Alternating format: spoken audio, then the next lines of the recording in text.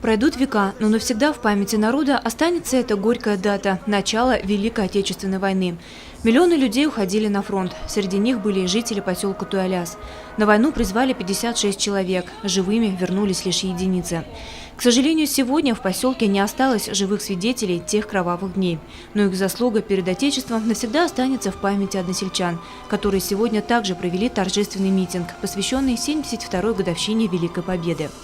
Тяжелый труд, послевоенная разруха – все это досталось старикам, женщинам, детям, да немногим вернувшимся с войны мужчинам. На их плечи легло становление поселка в послевоенное время. Перед ветеранами тыла выступили учащиеся 11-й школы и представители администрации. Они поздравили всех с великим праздником.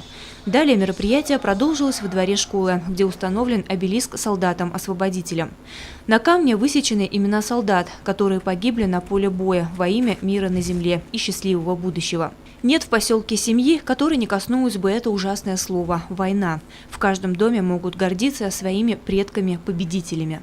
Отрадно, что сегодня растет достойное поколение патриотов. Будущие солдаты продемонстрировали в этот день свои боевые навыки. Торжественное мероприятие завершилось чаепитием.